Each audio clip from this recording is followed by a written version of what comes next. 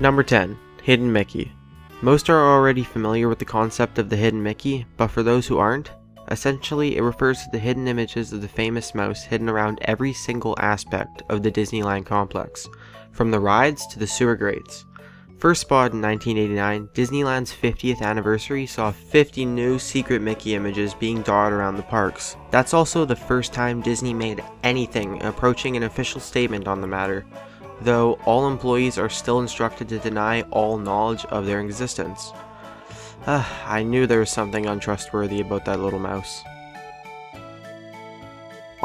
Number 9. Secret Bar.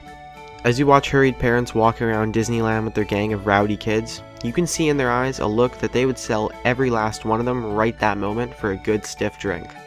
What they don't know, chances are that there's actually 2 places within Disneyland that you can get one.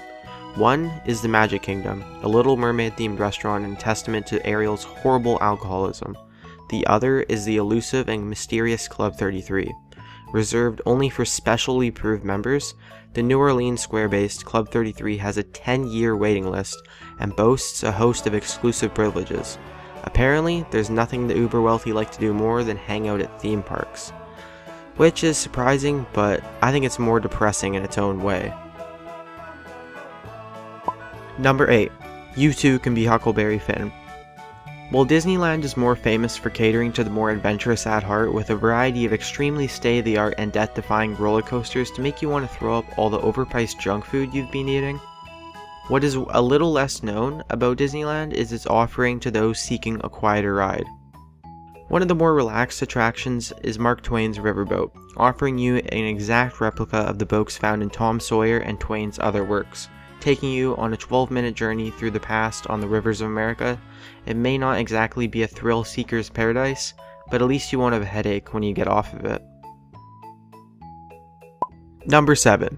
Underground Tunnels. Disneyland is a sprawling area of activity, and it takes a lot of people to keep it running day to day, from those poor devils who spend their lives in those costumes to the lucky janitors who get to clean up the puke of spoiled kids.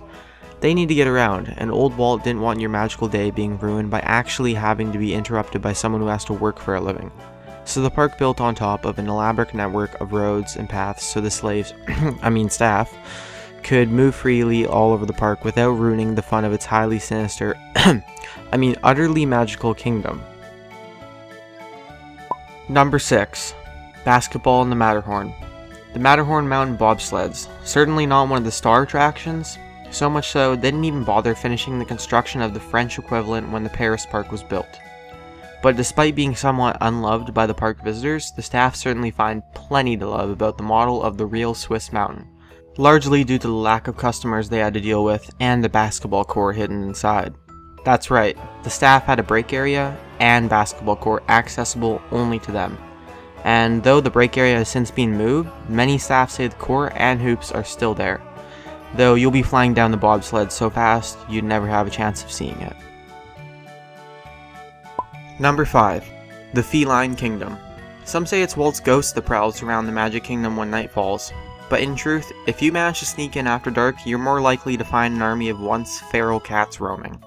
Initially considered a pest, the cats were soon seen by one enterprising manager as more of an opportunity, as they offered the perfect solution to an even bigger problem the park had: mice and rats. You'll likely never see the army of Magic Kingdom Moggies though, as during the day they are kept below the park in the sprawling network under the park where they are fed and housed. But once night falls, they're released. It seems Disney only likes mice when they're in the form of a creepy 7-foot tall costume. The real thing? It seems that they don't like it so much. Number 4. Smellitzer. Is that some kind of ride?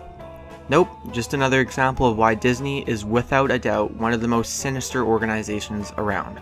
Not content with providing you a great day out with your family that you will enjoy for life? Oh no, your creepy Uncle Walt wanted you to remember what he wanted you to. Rise the Smellitzer, a scent generator, designed to bring you the right smells at the right time so Old Walt can inspire the right Proustian memories associated with smell. And it's been an idea that's taken off too, as other theme parks have adopted the concept. The exact nature of Mickey's musk, though, remains a closely guarded secret. Number 3. They control time. You know the feeling. You're standing there in line with a headache, sugar rush, and aching feet, and there's still hundreds of people ahead of you in line. We both know it's the worst. I mean, who honestly wants to stand around with other people in the blazing hot heat? I know I don't.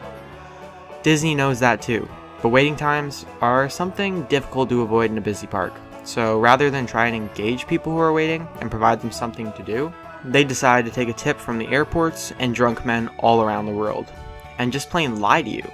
Airports and drunken men deliberately skew the timings to their passengers and wives, respectively, so that when things come in early, they are elated and don't kick off about the wait. Disney does the same thing. The clocks run ever so slightly slower than they should. So you don't notice that you've spent 30 years in line for a Coke and some candy floss. Number 2. Splash Mountain or Stalag 17. Have you ever seen a security guard at Disneyland? The chances are no. Or if you have, it's been for a fleeting moment at best. Further pushing his desire to be the creepiest individual in the known universe, Old Man Disney has implemented a long-standing system of plainclothes security guards to keep the peace in his parks. It rather takes the shine of Mickey as an innocent, lovable character when you learn that he actually has his own secret police, who will swipe down on you like a ninja attack team if you so much as drop a burger wrapper on the floor. And rightly so, you littering swine, you. Number 1. They hide the dead. People could die at theme parks for all sorts of reasons. Eating too much candy, being old as hell, or just backchatting granny once too often are all potentially fatal activities. But something that's rarely mentioned is how many people die due to staff and faulty attractions.